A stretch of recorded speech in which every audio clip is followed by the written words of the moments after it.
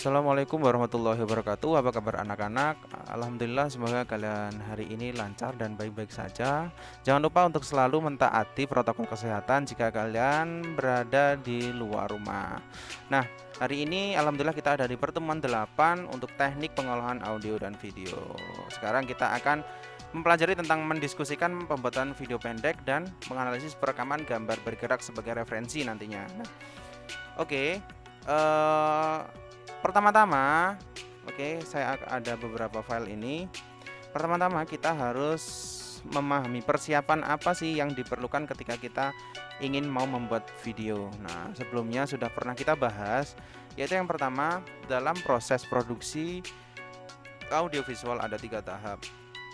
Ada praproduksi atau sebelum produksi persiapan, kemudian ada produksi atau eksekusi, kemudian pasca produksi finishing atau biasanya di editing. Nah, kemudian di praproduksi itu ada konsep. Nah, apa sih itu konsep? Konsep itu adalah bagaimana nanti video itu bisa seperti apa sih nanti jadinya ya.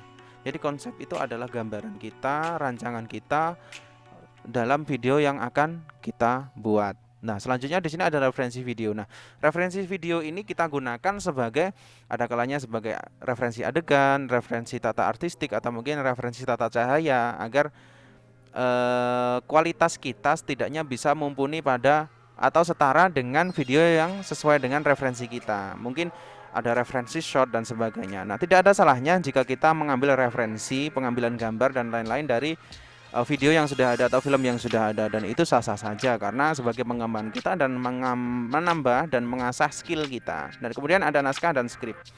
Naskah dan skrip, kemudian ada storyboard dan di sini dan alat yang dibutuhkan yaitu pengelisan alat. Mulai dari penjadwalan, misal dari mulai hari 1, hari ketiga dan seterusnya sampai selesai. Ini nanti membutuhkan alat apa saja yang bisa digunakan untuk membantu produksi. Nah, itu ada di langkah pra-produksi dan kemudian ada di langkah produksi, yaitu kemudian ada teknik syuting yang sesuai dengan konsep awal. Nah, teknik syuting ini biasanya ada di naskah breakdown, kalau nggak gitu ada di treatment ataupun di storyboard. Di situ ada nanti teknik syutingnya. Contoh, ini nanti ada pergerakan kamera seperti apa dan kemudian framingnya gimana, medium kah, close up kah, dan lain-lain.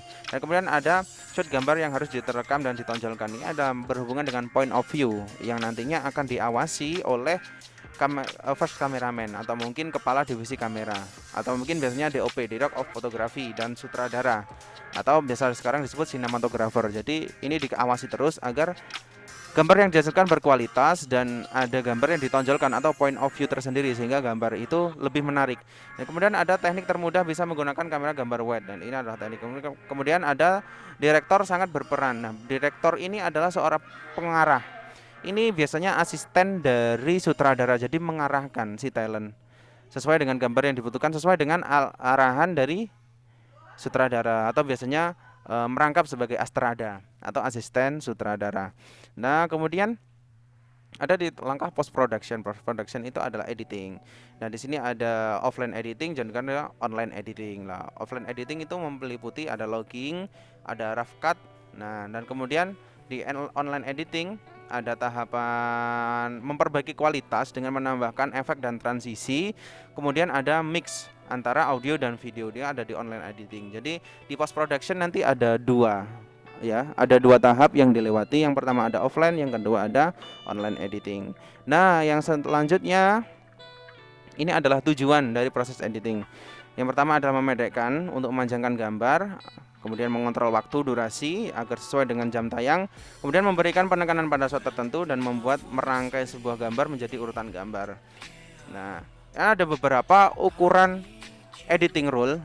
Nah, ini adalah harus menyambungkan gambar yang mempunyai motivasi cut. Jadi kapan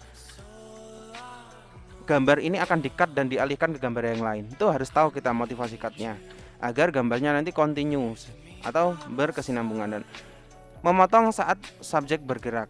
Nah, ini sebagai transisi biasanya, memotong saat subjek bergerak atau sebagai gimana ya? Seandainya kita mengambil pengambilan gambar kan otomatis kadang gambar itu bergerak dan out frame, kemudian di cut. Nah, itu agar jelas dan gambarnya tidak bocor, makanya di cut. Dan kemudian panjang shot harus diatur. Nah, di sini pengaturannya adalah di editing. Kemudian sering menggunakan insert dan cutaway. Insert ini adalah gambar tambahan, cutaway itu penjembatan jikalau ada sebuah scenes atau dua buah scenes yang berbeda dan digabungkan. Itu perlu adanya jembatan yang namanya cutaway. Kemudian membuat sebuah cerita menjadi lebih sederhana. Ya.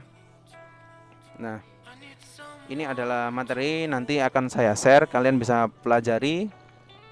Jangan lupa kalian untuk mengerjakan soal. Kurang lebihnya dari saya mohon maaf. Kalian bisa menambah wawasan kalian dengan membaca referensi-referensi lain.